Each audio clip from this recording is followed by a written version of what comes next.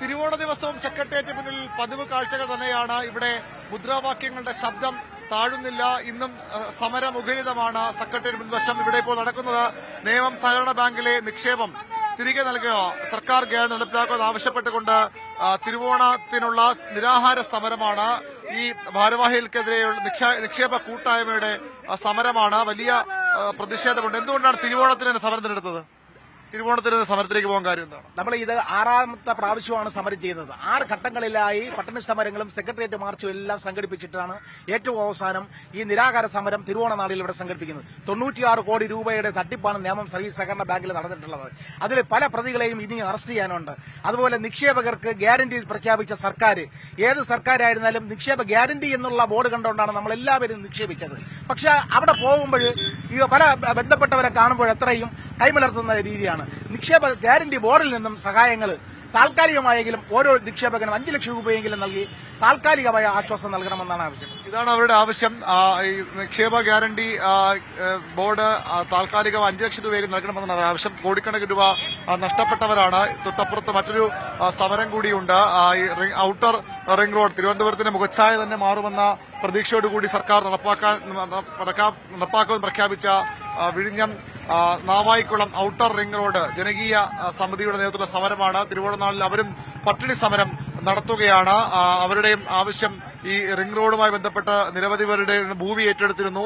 എന്താണ് നിങ്ങളുടെ ഇന്ന് തിരുവോണ ദിനത്തിന് സമരത്തിനുള്ള പ്രധാന കാരണം? ഞങ്ങളുടെ വസ്തു ഏറ്റെടുത്തിട്ട് അവര് പ്രമാണം ഏറ്റെടുത്തിട്ട് 3.5 വർഷം കഴിഞ്ഞ് ഇതുവരെ ഞങ്ങൾക്ക് നഷ്ടപരിഹാരം തരികയോ ആ ഭൂമി കൊണ്ട് ഞങ്ങൾക്ക് യാതൊരു ഉപയോഗമില്ലാത്ത രീതിയിലാണ് വന്നിരിക്കുന്നത്. അപ്പൊ അത് ഞങ്ങൾ മക്കൾക്ക് ഷെയർ ചെയ്ത് കൊടുക്കാനോ ഒന്ന് പണയം വെച്ച് കുട്ടികളെ പഠിപ്പിക്കാനോ ഒന്നിനും കഴിയാത്ത അവസ്ഥയിലാണ്.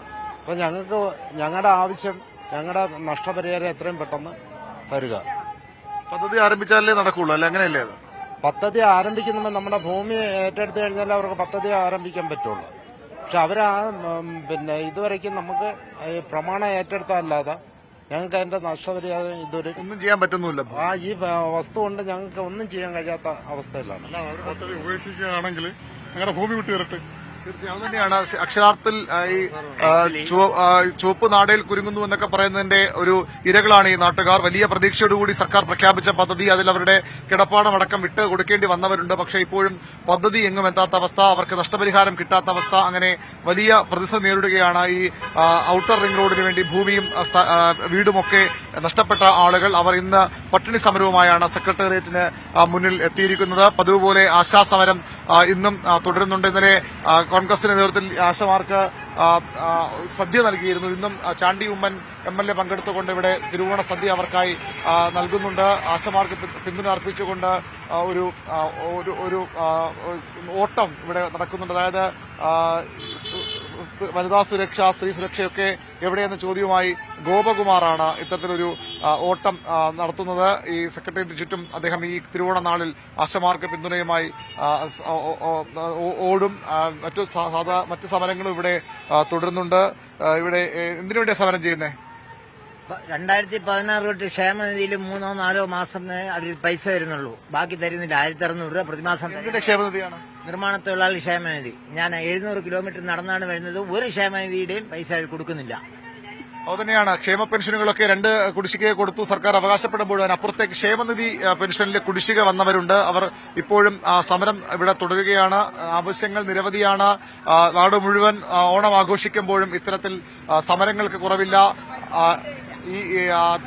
സമരങ്ങൾ കുറവില്ല, ആവശ്യങ്ങൾ കുറവില്ല. ജനങ്ങളുടെ പ്രശ്നങ്ങൾ ഇനിയും നിരവധി തീരാനുണ്ട്. അങ്ങനെ എല്ലാ സെക്രട്ടേറിയറ്റ് മുന്നിൽ പതിവ് പോലെ തന്നെ സമരങ്ങൾ നിറഞ്ഞിരിക്കുന്നു. ആശമാരുടെ സമരപ്പന്തലും ഇന്നും സജീവമാണ്. ആശമാരുടെ സമരപ്പന്തലിലും ഇന്നും സമരമുണ്ട്. എന്ന് സൂചിപ്പിച്ച പോലെ ചാണ്ടി ഉമ്മൻ MLA അടക്കമുള്ളവർ ഇവിടെ എത്തും. ഇന്നും സമരം ശക്തമായി തുടരുകയാണല്ലേ? എന്താണ് ഒരു ആശമാരിലെത്തും ഇവിടെ? തീർച്ചയായിട്ടും ഇന്നും സമരം ശക്തം തന്നെയാണ്. ഞങ്ങളുടെ നാളെ ആകുമ്പോൾ 7 മാസം പൂർത്തിയാവുകയാണ് ഈ സമരം ആരംഭിച്ചിട്ട്. വളരെ 24 മണിക്കൂർ കൊണ്ട് പരിഹരിക്കാവുന്ന ഡിമാൻഡുകൾ ഉന്നയിച്ചാണ് ഞങ്ങൾ ഈ സമരമുഖത്ത് വന്നത്. മിനിമം കൂലിയാണ് ഞങ്ങൾ ആവശ്യപ്പെടുന്നത്. 233 രൂപയാണ് ഇപ്പോൾ ലഭിച്ചുകൊണ്ടിരിക്കുന്നത്. അതുകൊണ്ട് സർക്കാർ എത്ര അവഗണിച്ചാലും ശരി തന്നെ ഞങ്ങൾ ഈ സമരം വിജയിപ്പിച്ചുകൊണ്ട് മാത്രമേ അവസാനിപ്പിക്കൂ.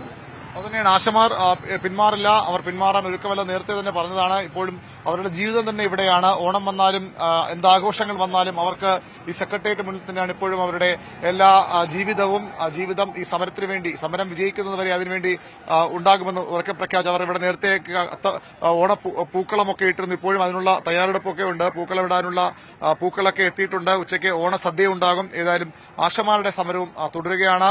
വിജയം കൈവരിക്കും വരെ പോരാട്ടം എന്നതാണ് അവരുടെ മുദ്രാവാക്യം. അങ്ങനെ ഈ സെക്രട്ടേറിയറ്റ് നടയിൽ ഇന്നും ഈ ഓണ ദിനത്തിലും സമരങ്ങൾ കുറവില്ല, സമരങ്ങൾക്ക് അവധിയുമില്ല.